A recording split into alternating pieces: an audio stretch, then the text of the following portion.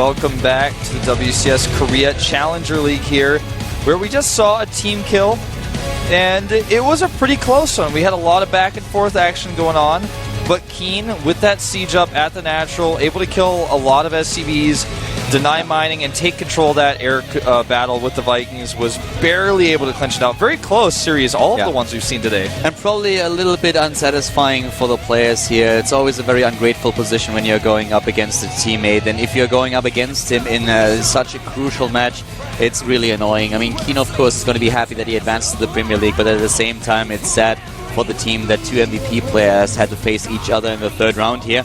Now we're going into a very different match, though. The first non-mirror match of the day. It's going to be a Terran player versus Zerg player. We have for SK Telecom T1 Fantasy, for Team Azubu Sleep, and at the booth.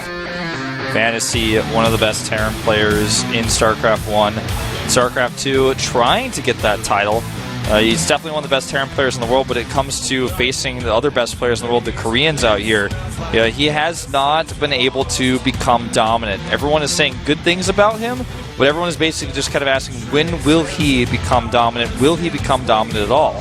Well, the thing is, he's pretty dominant actually in the Terran versus Zerg. This is his best matchup, and he's 17-9. We're going to talk about it a little bit later in the game. But at this point, against the Zerg player, he usually has pretty good chances of winning the match. For Sleep, it's a little bit different. He doesn't have the most impressive record against Terran, but just recently, with this run that he had in the Premier League, he has actually improved his gameplay against Terran a lot.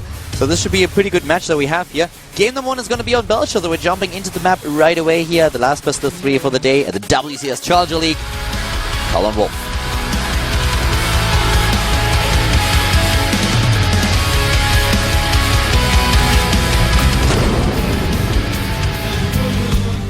Bottom right of the map for SK Telecom T1, we have the Terran player in red.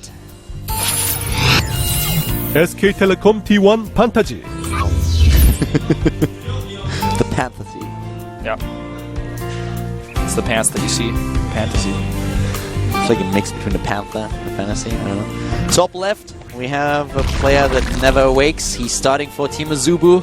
It's not an ST, no, it is. Azubu Sleep. I feel like a fantasy could be like a place where you sell. It sounds like a Korean place where you sell pants. They're trying to make a play on it. You come in there and get your pants at Fantasy. Like, I will never forget the first time when I actually had an encounter with like the Korean language, not really having an F and always using the P. I told you the story, I think, before, when I went to a cafe and I was looking at the menu and was reading like everything in like the English menu first, and they had frappes there, and I didn't know what a frappe was, and I was thinking about that for a very long time. I was like, I'm actually gonna get one. This seems to be like a Korean thing. And then I started to read like the Korean letters, and I realized that they were having real big problems translating frappe back into English, and it's very entertaining at times. Yeah.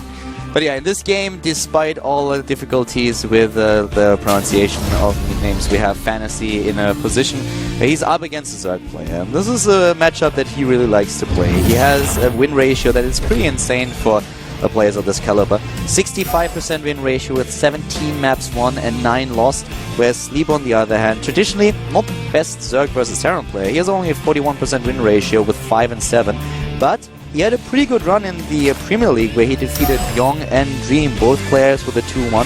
The only one that he lost against was Maru, and in that season, like, everyone kind of lost against Maru. Yeah. So it was pretty impressive by Sleep. He's a bit on the rise in the matchup, but given the statistics that we have here, it should be a really intense match between the two of them. Consider also that Sleep has been preparing for this matchup quite a bit as a result of the matches he had to play in the Premier League, so could still be in shape for that. It's been a little while.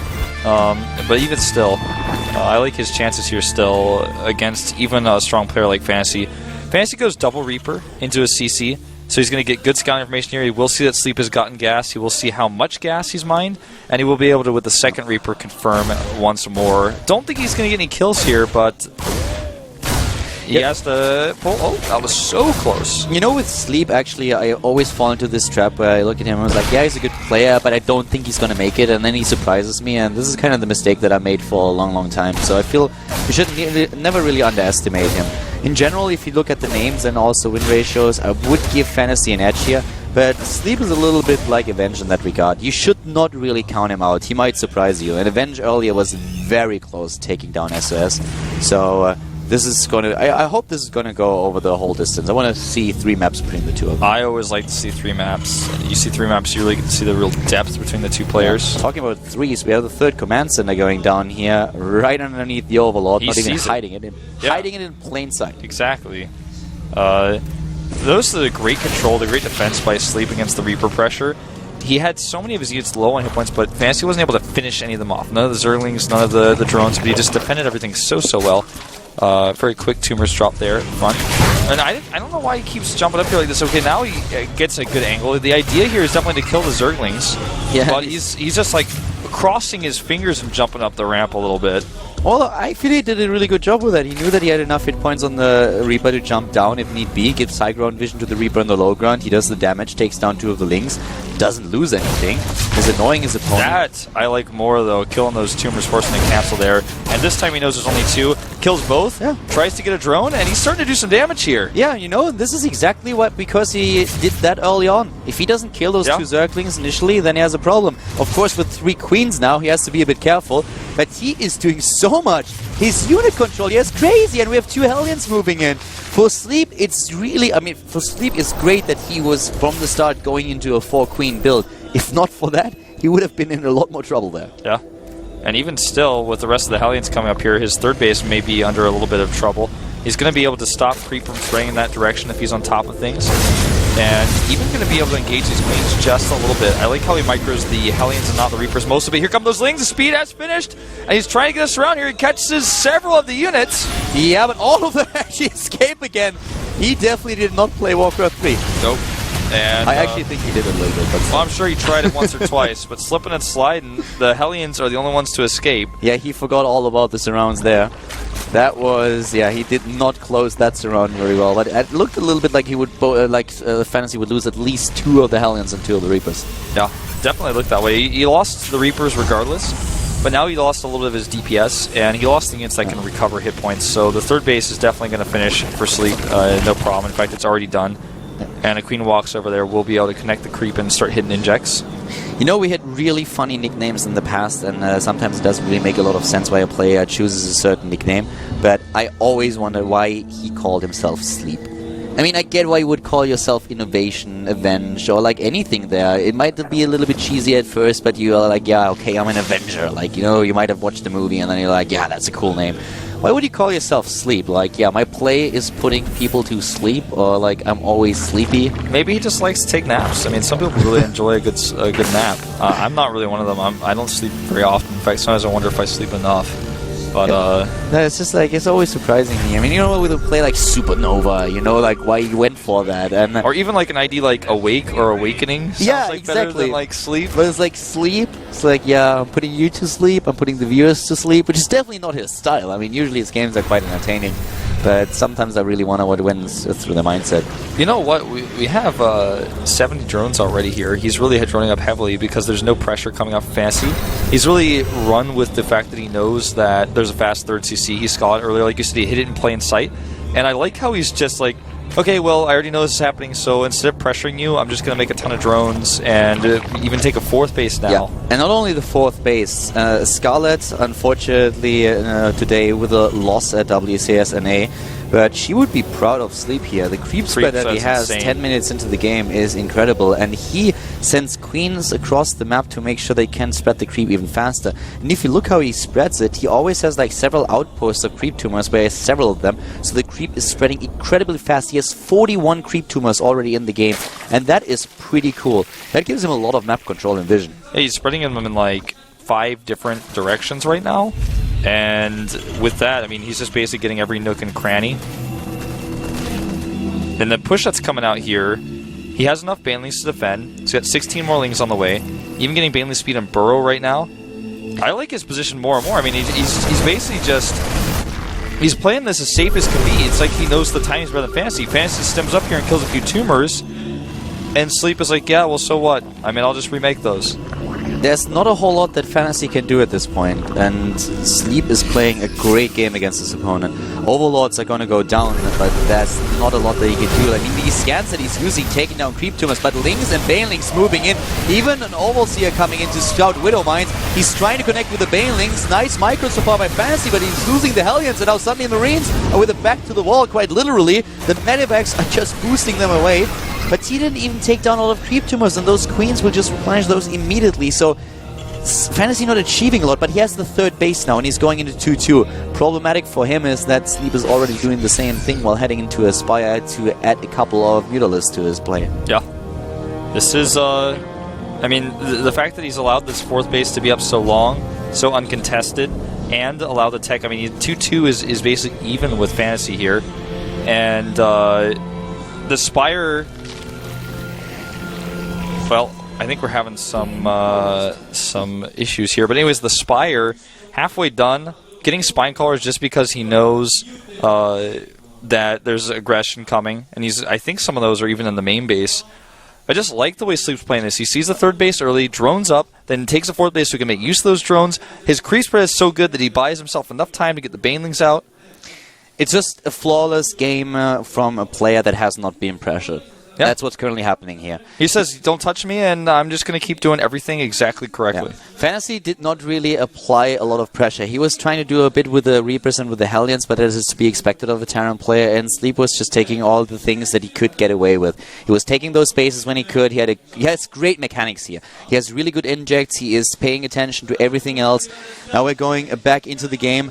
And he's still trying to go for that fourth, Fantasy that is. But Sleep is everywhere. He's going into 2-2. The only thing that I would really like to see is an additional Infestation Pit just to make sure that he can head into the Hive and also get the 3-3 upgrades. That's the only thing that I'm missing here. I mean, he's got so many Banelings. He's got the high ground there with Spinecrawlers.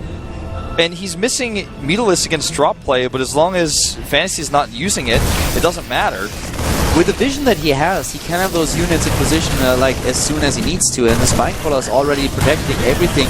And Widow Mines with the hits here, getting a couple of really good ones off, but not good enough. Most of those Marines already gone, and the supply in general still in favor of Sleep. But Fantasy, of course, still a danger to him. 12 Mutalisks are now being built. Widow Mine trying to burrow here. There's no detection. That Spinecrawler is most likely going to go down, and the Widow Mine will get a hit off against those Zerglings. He needs to actually pick up the Marines, though, if he wants to minimize the damage to himself. Using the Medivac in the process too. Yeah, so that was actually pretty much a better trade for Sleep in almost every way. The high ground vision here making it very difficult for Sleep to engage now that his creep has been eliminated to the south. This grouping units in the middle of the map could actually be used so much more anywhere else. You know, dropping at the third base, running into the natural, trying to clear creep on the right side, or even actually just being with the main army. And that's what it looks like he's sending these Marines over to, while he sends a drop to take the watchtower. Yeah, so far, Sleep definitely with a great game, but Fantasy, on the other hand, is still on 3 bases. And if he defends well against the 20 Mutalisks, he has a good shot of just barreling down on that fourth over and over again and taking it down eventually. He's on 2-2, the same amount of upgrades that we see for the Zerg here. Nice bailing detonate there, taking down a lot of the Marines for Fantasy. SKT1 player has to be careful here. Yeah, he's looking a little bit shaky. And Sleep's play is looking so solid. The Baneling landmines, the Baneling rolls in. He's actually going to cut these units off with Mutalisks, it looks like, in the back.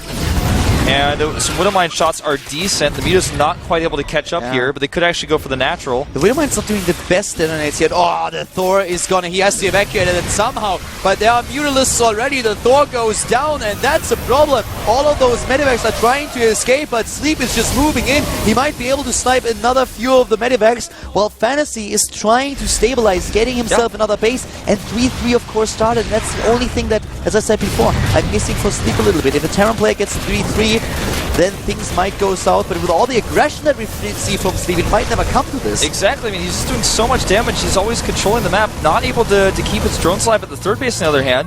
And look at his resource, he has 1800. Mutalisks in the main base. Yep, getting with some add-ons here, nicely targeted, also going to get that turret. And it doesn't look like a larva issue, I just don't know why Sleep is not spending all of his money.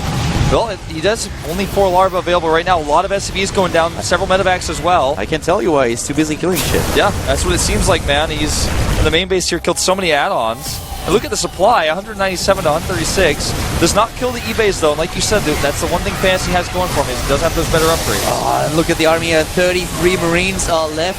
We do not see a 5th base for Sleep just yet, but he might at any point drop another hatchery and trying to get that into the game. But with 4 bases already, he just has such a good income, and he's definitely using it. But he needs to be careful, because a 3-3 for a Terran player is dangerous, but the commitment to Mutalisk is insane. Yeah, he has 38 Mutalisks here. He's just trying to make sure his opponent's army size is so small, and he's just going to run in here and do little things like...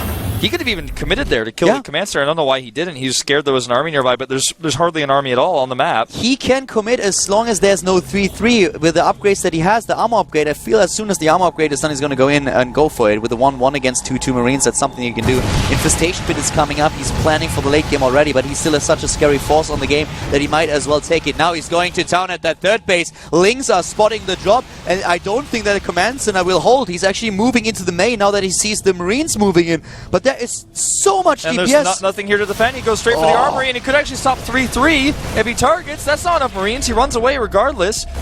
I feel like Sleep is actually playing this almost too safe with how many Mutalisks he has. He could actually commit a lot of these situations where he's just running away, but still the damage continues. The damage continues to just rain down on Fantasy. Lings are now on their way into the main base, since we have an incoming double drop by the SKT1 player. Controlling the choke point right now. A bit of an oversight here by Sleep, not sending the units all the way. He's still busy with the Mutalisks at the bottom, taking down the refineries. 3-3, so close to being done here. He doesn't realize it, of course. He has no idea. But he could have capitalized a little bit more had he known. He's going into Hive, and that will allow him to go into his own set of upgrades. And now that the 1-1 is done, as I said before, he's actually committing to those fights. He's taking down the Marines, he's limiting their numbers, he takes down SCVs. We have a 40 supply lead still for him, and look at that money that he has. 2,000 minerals, 1,000 gas. He's moving in at the 4th base, not dropping a 5th just yet, but he's moving into the main base with the Mutalisk. At 2 fronts, he's attacking the Terran player, and Fantasy is hard-pressed here. He really is. He's actually having to hold so many different locations at once, trying to split his Marines into the main base to save himself there. He is stabilizing a little bit now that he has 3-3, and the Marines are just really, really cheap to make. Yeah. He's burrowing a Baneling here. He's going for the +2 armor upgrade for his air units, and that's already signalizing, I want to fight with those guys. I don't want to go for the hit and run. I actually want to fight you with them. 3-3 has been started. Fantasy, of course, with the upgrade lead, and he's doing a great job at defending so far. He's still on 4 bases. He's trying to establish that 1 base to the left side of the map, but he is really trying. Problematic for him is that we have just a Subu Sleep in complete map control, but Fantasy is not giving up here. No, he's not. And he has that 4th base secured, finally. I mean, it took him a little while. He's got a few army units over there, and I believe it's now finished completely as a planetary. Losing some medevacs on the other hand. Fantasy is doing a great job staying alive here. Widow Mines everywhere. Once again, that 3rd base is being attacked. He's moving in with Marines immediately. Fantasy with a defense, but he has a hard time trapping those Mutalisks. He wants to put them between a rock and a hard place, but he's not able to make that happen. He has to have those Marines committing at one point. 100 Zerglings now for Sleep also on the map. Speaking of Zerglings, here they come. Yeah, they go right into the natural here. Does get walled out for a second, but it looks like he's actually just going to commit to the 3rd base with his Mutas after the Banelings come in.